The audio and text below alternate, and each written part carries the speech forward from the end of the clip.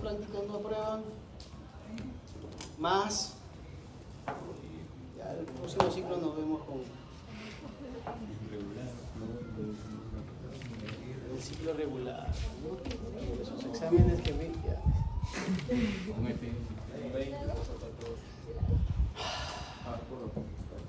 Los opónimos, doctor, los opónimos no pero igual. Hay algunos que ya mejor ya.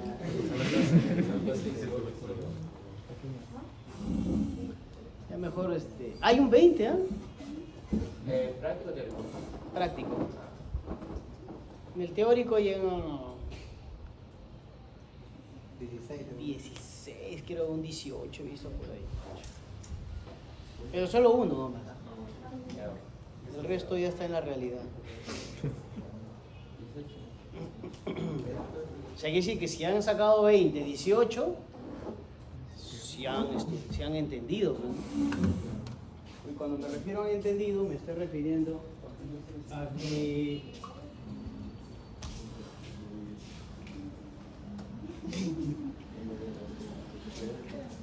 están aplicando sus conocimientos. Una cosa es conocer y otra cosa es aplicar los conocimientos. Hay una cosa muy distinta. La aplicación de sus conocimientos ya tiene que ver ya con sus habilidades.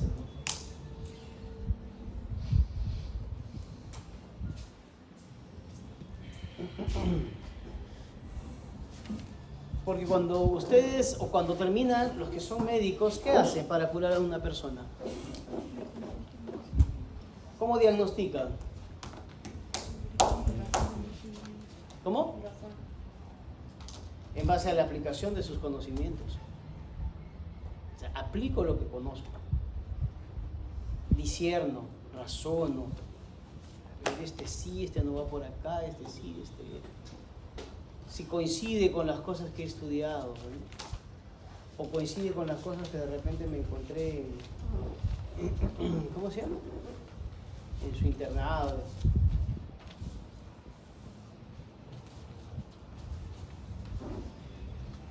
Así son las preguntas. Bueno, y algunas más fáciles que la otra, ¿no?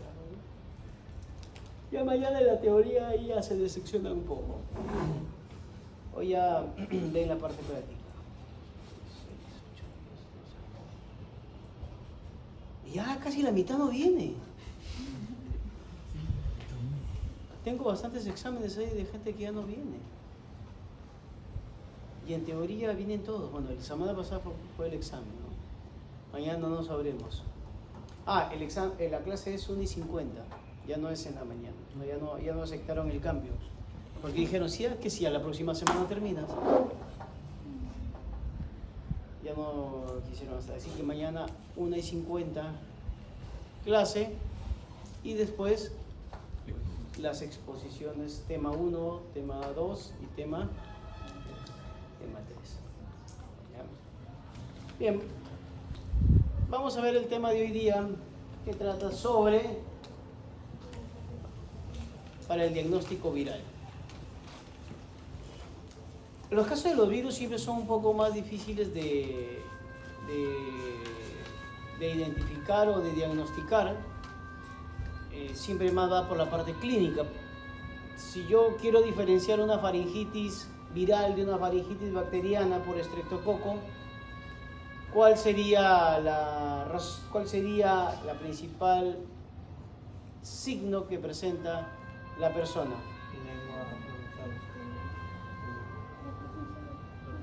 La presencia de pústulas, ¿no? Ese sería el principal signo que me indicaría que es una infección bacteriana de una viral, ¿no? La viral no. Y por lo tanto sabemos que las infecciones virales no se pueden tratar con antibióticos. No se pueden tratar con antibióticos. ¿Se acuerdan cuando empezó el COVID? ¿Con qué decían que lo podían tratar? Ya. ¿Con ivermectina? Acitromicina. Los médicos decían, pero ¿por qué dan esos protocolos si se sabe por teoría que la acitromicina actúa de otra forma, actúa en la síntesis de proteínas? O sea, porque actúa sobre síntesis de proteínas para atacar a las proteínas a la formación de esa forma de los virus, es una replicación era totalmente distinta, pues, ¿no?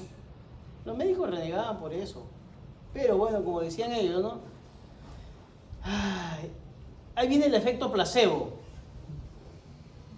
¿no? Si tú le dabas algo de repente al paciente, en su inconsciente decía, me voy a curar, ¿no? Pero bueno, eso es una forma. Las otras formas que hay para diagnóstico viral son las pruebas. ¿Qué pruebas? Rápidas, ¿no? ¿Dónde me? Que siempre las esconde, ¿no? Las pruebas rápidas.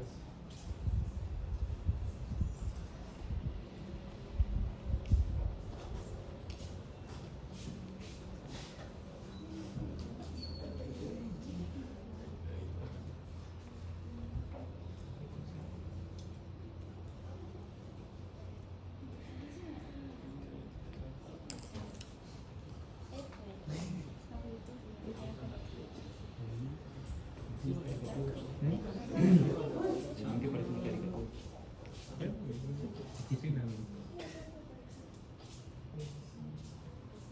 ¿No hay por ahí una cajita de pruebas? Se lo han llevado. ¿Hacer a pelar o bien?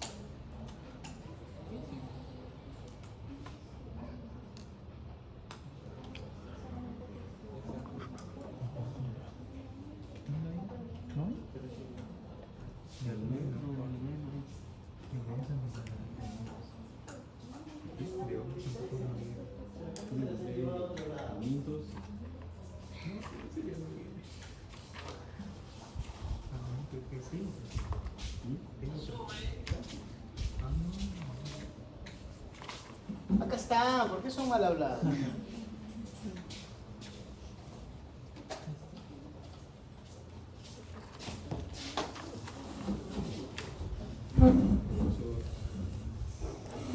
Pero sin embargo también, para la aplicación de estas pruebas rápidas, tengo que conocer sobre quién lo voy a aplicar, pues, ¿no?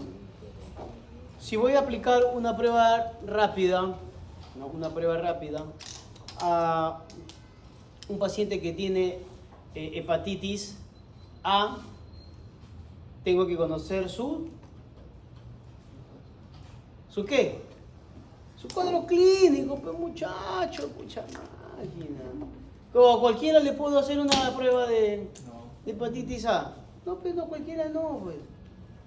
Tiene que tener la clínica, obviamente. Salvo algunas pruebas que sí se hacen en descarte. Por ejemplo, hepatitis B o hepatitis C, que la sintomatología se presenta después. Pero si en una prueba de descarte, perdón, en una prueba, no prueba, no, sino en un tamizaje, vas a donar sangre, prueba de vitamina, de hepatitis B, tú ni sabías que tenías, y te dicen, tienes hepatitis B. Entonces ahí, eso sería una prueba que no es por la sintomatología, sino se presentó en un tamizaje. Entonces, dicho eso de ahí, las pruebas virales, puedo aplicarlas según sintomatología o en pruebas de tamizaje. En pruebas de tamizaje como es la del VIH. Y justo, mira, la vez pasada, ayer les pregunté, y si le voy a hacer la misma pregunta. A ver si la contestan o la averiguan, y si me animo, la pongo en el examen. Ustedes son jefe encargados de una posta en un centro poblado y quieres hacer un barrido de VIH. ¿Qué nivel de bioseguridad vas a exigir?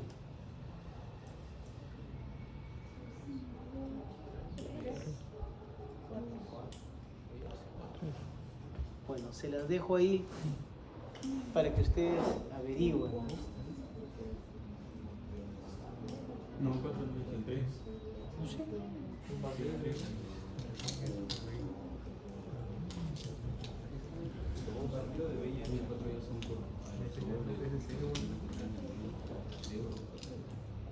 Bueno, ahí se las dejo votando para que ustedes averigüen. De repente me animo a poner. Esa es una pregunta. ¿Tiene lógica o no tiene lógica esa pregunta? Un partido. Doctor, vamos a hacer una campaña de barrido de VIH. Mande su correo para ver qué EPP va a pedir. Entonces, ¿qué EPP voy a pedir para una campaña de VIH? Bueno, se las dejo ahí.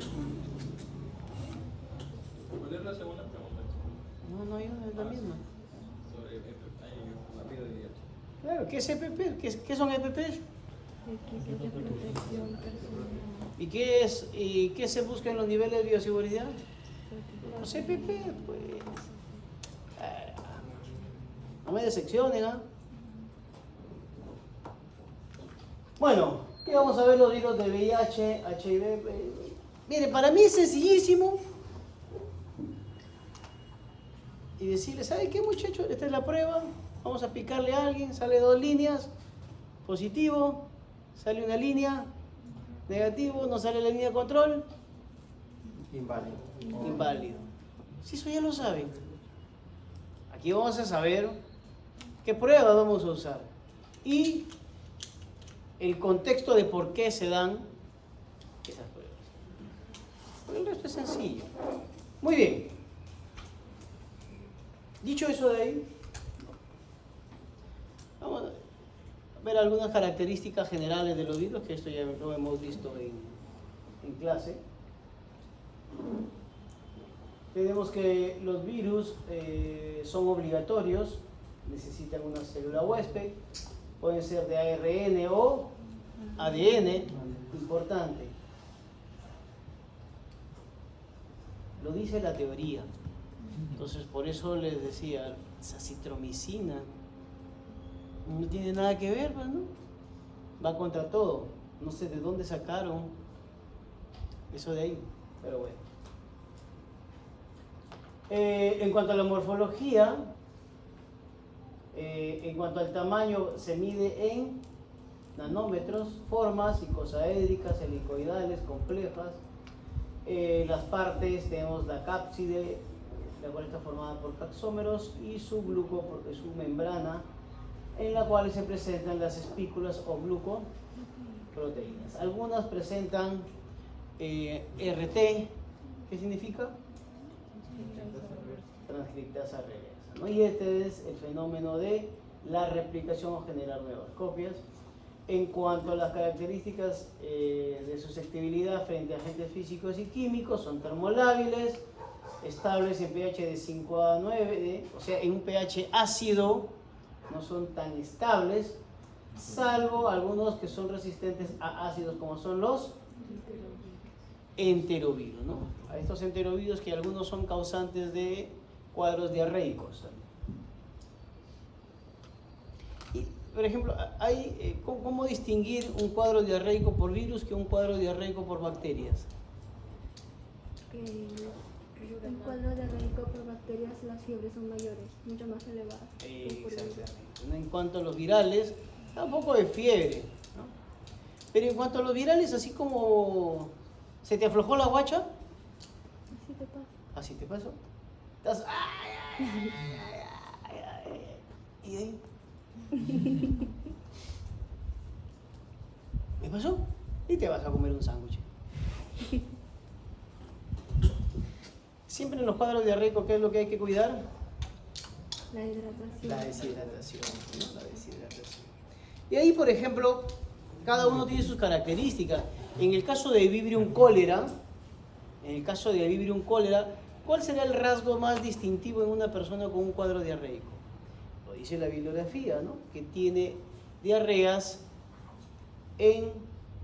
como si fueran lavado de arroz, blancas. Esa es una característica de Vibrio cólera. Entonces, si alguna vez van a contestar, ¿cuál es la característica de un cuadro diarreico de una persona con Vibrio cólera? Ese es blancas, ¿no? Como si fueran agua de lavado De arroz. de arroz. ¿Han lavado arroz alguna vez ustedes? Sí. ¿No han lavado algún arroz? ¿Cómo? ¿Qué? ¿Le echan directo ustedes? ¿No lo lavan? Tiene que lavarse. Bueno, ese colorcito blanco es característico, ¿no? Característico. Es una de las de los que hay. Pero bueno, a ver, sigamos. Es afectado por los rayos UV, rayos X, inactivan al virus, y algunos solventes lipídicos son sensibles sobre todo los virus con envoltura. Clasificación ARN por ADN, desnudo con envoltura, desnudo con envoltura. Y para el diagnóstico,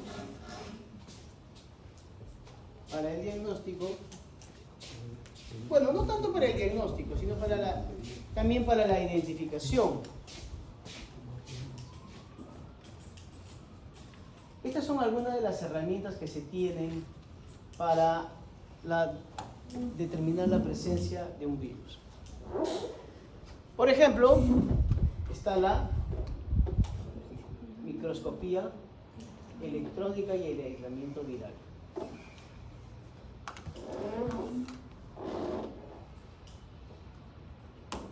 Hay una... No, pero ¿qué van a leer ustedes? Ni siquiera lo habrán leído. No, sí. Pero les voy a contar de todas maneras. Breve, ¿ya? Hay un libro que la vez pasada estaba leyendo yo, La amenaza de Andrómeda. Desde ahí nomás. Bueno, trataba de un pueblo en Estados Unidos. Siempre en Estados Unidos ocurren esas cosas, ¿no? Siempre en Estados Unidos llegan los ovnis, en Estados Unidos hacen contacto, todo es en Estados Unidos. Bueno, era un pueblo en Estados Unidos donde llegó unas noticias de que habían fallecido todo el pueblo. Y persona que se acercara a esa zona, inmediatamente estiraba la pata, ¿no? Entonces, rodearon el área y obviamente, como no sabes qué pudo haber matado a esas personas, ¿de qué puedes sospechar?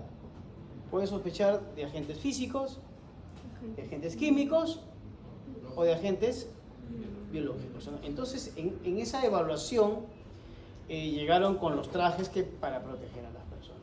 Dentro de esos trajes, obviamente, si estaba considerado un peligro biológico, ¿qué tipo de bioseguridad estaban usando? 4, un nivel 4, efectivamente, ¿no? Entonces, al llegar a la zona, al llegar al pueblo, sí, efectivamente, todos estaban muertos, salvo 2 personas. Un niño llorando y, como siempre, escuchen, ¿eh? Un borracho. O sea, no le echen tanta culpa a un borracho, ¿eh? Sobre todo las señoritas que reniegan cuando uno toma. Miren cómo un borracho sobrevivió casi el fin del mundo. Ya vamos a ver, les voy a contar más adelante por qué sobrevivió el borracho y por qué sobrevivió el niño. Bueno, entonces lo primero que hicieron fue tratar de averiguar qué era lo que lo ocasionaba, ¿no? Entonces midieron los factores físicos los factores químicos y encontraron que nada de eso en los pacientes podría haber ocasionado la muerte, ¿no? Entonces lo único que quedaba era biológico.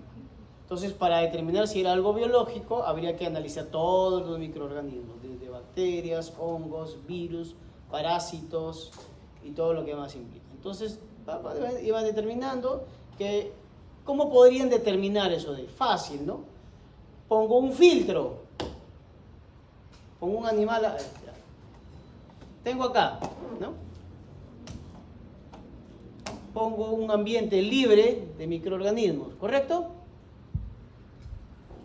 Pongo acá un animal y pongo un filtro ¿para qué? Claro, exactamente. Entonces primero un filtro para bacterias. O sea, detenía bacterias, perdón, claro, para solo permitir el ingreso de bacterias y se quedaban los hongos. Y el animal, ¡pum!, moría. Entonces quiere decir que puede ser una bacteria o un virus, porque el hongo se estaba quedando. Entonces ahora pongo un filtro para virus y pongo otro animal. ¿Y qué pasó? Se murió el animal. Quiere decir que lo que estaban pasando eran virus. Entonces, por lo tanto, había que averiguar de qué se trataba ese virus, ¿no? Y obviamente, para saber cuál era la estructura de todo ese virus, hicieron una microscopía electrónica. Por teoría, en biología general, ustedes saben cuál es el alcance de una microscopía electrónica. ¿Es como esos microscopios? No. 10.000, 100.000 veces más es el aumento. Entonces ahí determinaron que era un virus, estoy hablando de la novela, un virus icosaédrico. Era un virus icosaédrico. ¿Correcto? Para no hacerla larga, empezaron a trabajar con ese virus, y trataban de haciendo un aislamiento viral. O sea, todo esto lo estoy contando por estas cosas, ¿no? Un aislamiento viral. O sea, trataron de buscar células en las cuales se pueda reproducir, ¿no? En las cuales se pueda reproducir. Porque se veía que mataba inmediatamente al huésped. O sea, no sobrevivía mucho tiempo. Estaba ahí. ¿Correcto? Entonces, otra cosa es aislamientos virales. O sea, una microscopía electrónica para ver su forma y un aislamiento viral. ¿Correcto? Trataron de hacer pruebas inmunológicas, o sea, de anticuerpos, pero la sangre se quedaba coagulada, así que no era tan sencillo medir si habían anticuerpos contra esos virus porque fallecían inmediatamente. Bueno, para no hacerle larga, en lo que estaban haciendo ese ensayo, a uno de los investigadores se le rasga el traje, ¿no? Y obviamente por ahí iba a entrar el virus. La señora entra en pánico y calculan, pues 1, 2, 3, 10 segundos, 15 segundos, 1 minuto y no se moría. No se murió. Al final no se murió y llegaron a la conclusión de que el virus solo vivía en un rango de pH de la sangre. En el rango de ¿cuánto pH tiene la sangre? De 7.35 a 7.45. Es en ese rango. Fuera de esos rangos el virus no funcionaba. Entonces, la señora, este científico o esta señora que se le rasgó, entró en pánico y entró en acidosis. Varió levemente la sangre de su pH en ese momento y el virus no desarrolló. Por lo tanto, llegaron ya por eso se salvó el borracho. Porque de tanto tomar, ya estaba ácido. Y el niño, de lo que estaba llorando, se alcalinizó su sangre y subió ligera. Por eso se salvó. Pero bueno, para llegar a la conclusión de que fue un virus, también hicieron una microscopía electrónica. ¿Correcto?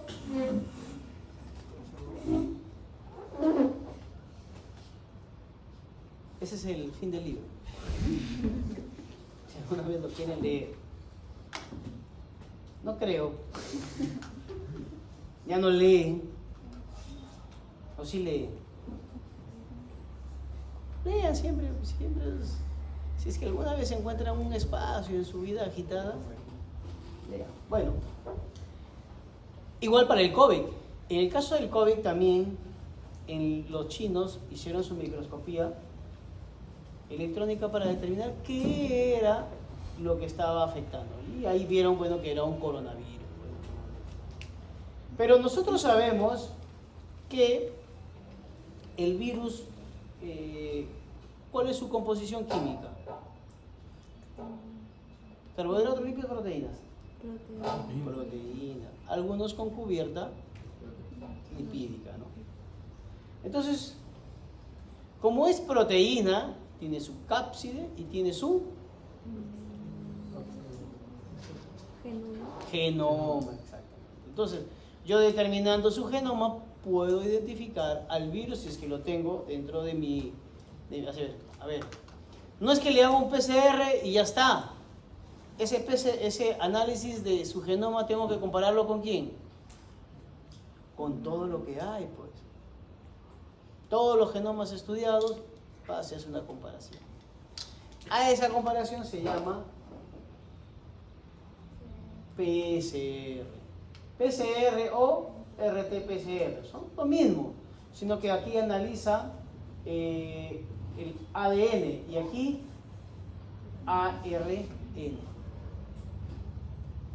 Porque, a ver, el PCR toma el ADN, lo cuantifica y determina qué es. En cambio, si es ARN, ¿qué tiene que hacer? Primero transformarlo a ADN. Y ahí recién, por eso tiene acá RT. Entonces, la prueba molecular de COVID, ¿cuál era? ¿PCR o RT-PCR? RT-PCR. ¿Por qué? Pregunta de examen. ¿O no? Claro, pues, o sea, voy a hacer, ya a ver, usted tiene plata, ¿no? Vaya a hacerse una prueba molecular. Doctor, ¿cuál prueba molecular? ¿PCR o RT-PCR? No, usted tiene COVID, pues, vaya a hacer es una RT-PCR. No lo puedo mandar a hacer una PCR porque PCR va directamente al estudio del ADN. ¿Correcto? Muy bien. No nos están mandando al... Ahora, también entre estas también tenemos las PCR en tiempo real. También hay RT-PCR en tiempo real. ¿Cuál es la diferencia con los de arriba? Que los de arriba te demoran unos 3 o 4 días y en cambio la PCR en 8 horas, 9 horas ya lo tienes. O sea, son termocicladores mucho más rápidos. Hablo de termociclador porque se supone que ustedes ya llevaron eso en biología general. ¿O no? Hay una práctica que se llama equipos de biología molecular. Y en esa práctica de equipos de biología molecular se habla del termociclador. Pero bueno, ya es para que estudien. Ya me están mirando ustedes como que ya... Lo importante es que tienen salud, muchachos.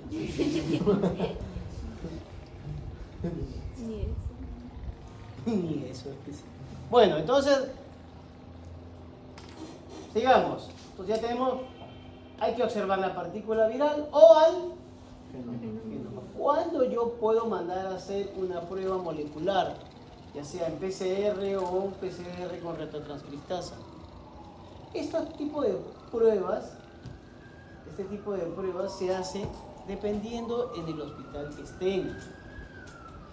Si hay la posibilidad, se manda a hacer. ¿Correcto? Pero si no, estás en tu posta, ¿Qué vas a hacer? ¿Tu PCR? No. Por ejemplo, ¿qué último brote epidémico hubo o que hay todavía que mandaban a hacer PCR? No, dengue nunca mandaron a hacer PCR. Nunca mandaron a hacer pruebas moleculares. Ya no hacen coronavirus. ¿Viruela? ¿La viruela? ¿Viruela? ¿Y la viruela ya no existe? Exactamente. La viruela del mono. Si tú presentabas la sintomatología, te derivaban a hacerte una prueba de genoma viral, o sea, un PCR o un RT-PCR. Pregunta. ¿Qué prueba se utilizó para el mono? ¿PCR o RT-PCR?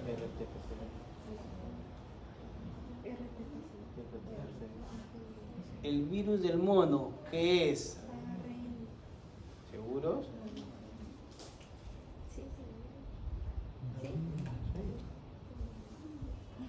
¿A qué familia pertenece el virus del mono? Búsquenlo pues, a ver. A ver.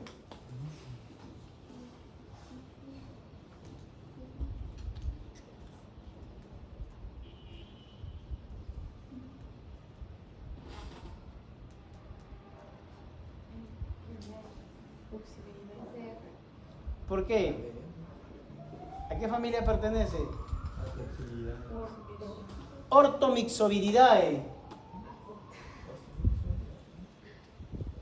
A ver, ¿dónde se encuentran los orthomyxovirus?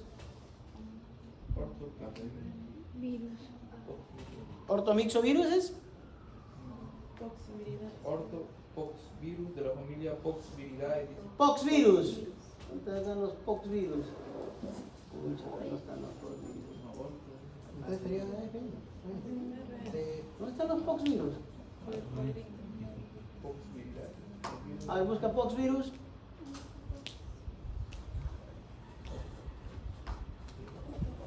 Busca los poxvirus. Pon ahí poxvirus. El virus de la viruela del mono es un virus de ácido desoxirribonucleico, ADN. ADN. Entonces, ¿qué era? Como dijo su compañera, PCR. ¿Ya vieron? ¿Y si fuera un dengue y quisiera mandarle un PCR? Dengue virus, ahí está, flavivirus. Ahí está. Un RT-PCR, ¿no?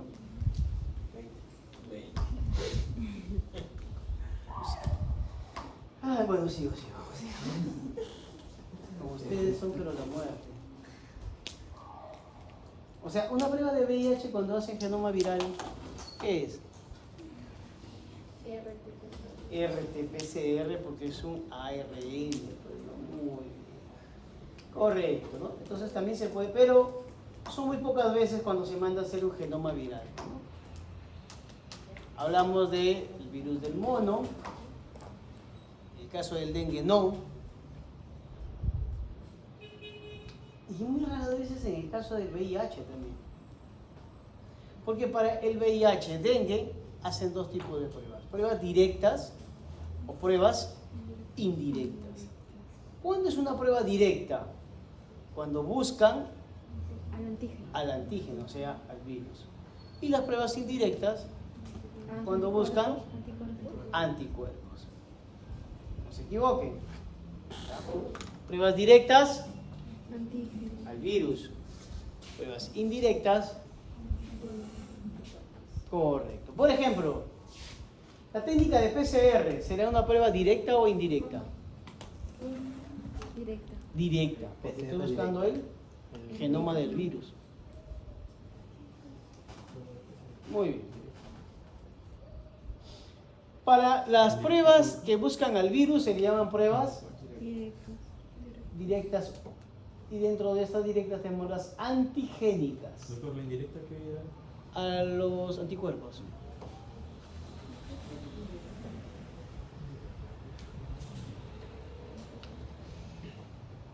A estas pruebas directas le llaman pruebas antigénicas, porque buscan al Al virus. antígeno. ¿Ya? Y las otras pruebas le llaman pruebas indirectas, porque buscan los Anticuerpos. anticuerpos. No se confundan aquí en alguna cosa.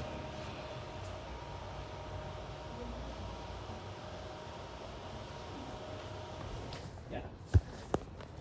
La mayoría de pruebas sacan sangre, ¿no?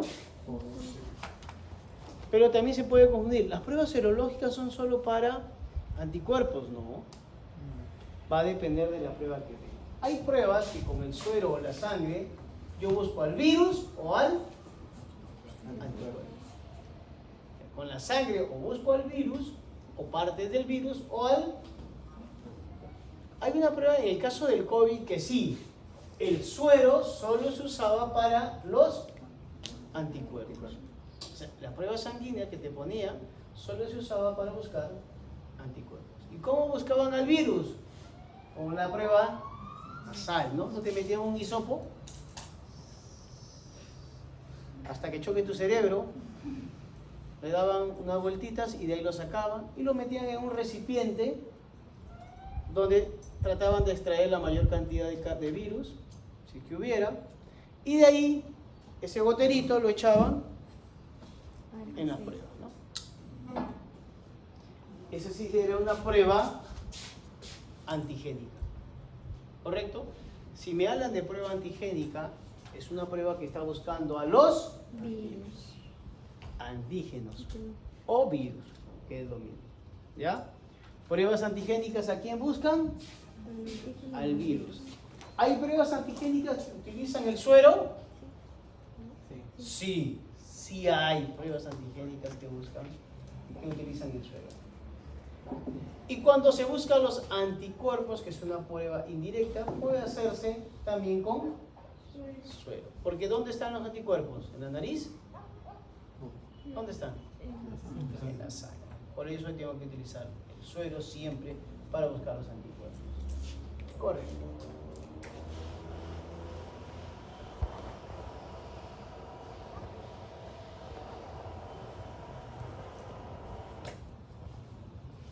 Ahora, profesor, acá hay prueba antigénica, hay ELISA, pero también en la respuesta inmune específica, o sea, en la búsqueda de anticuerpos, también está ELISA. ¿Cuál es la diferencia? En la generación.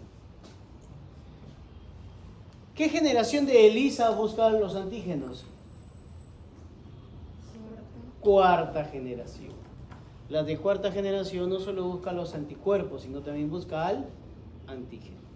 En cambio, los ELISA primera, segunda y tercera generación solo buscan anticuerpos. Las de cuarta, anticuerpos y antígenos. ¿Correcto?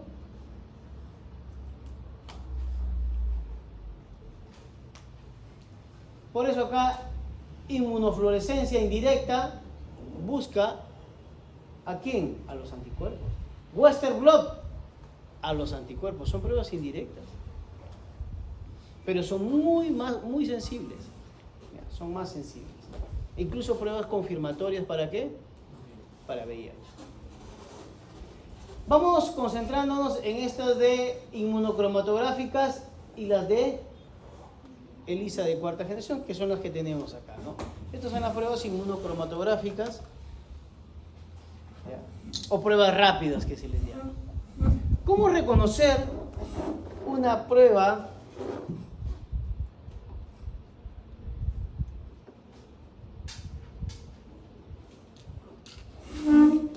por aquí? Disculpe, ¿y por qué PCR también era una prueba directa? O sea, una prueba de... Porque busca el genoma, que es parte del virus, o sea, busca el virus.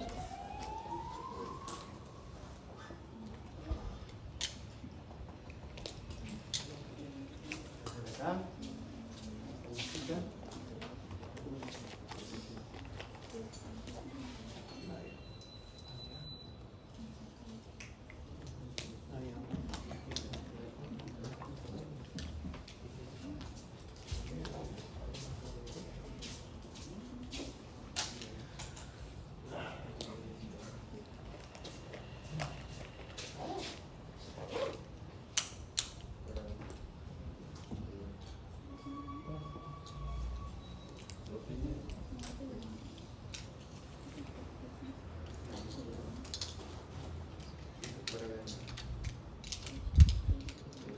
Póngale pausa a su video. Pásenle a sus compañeros.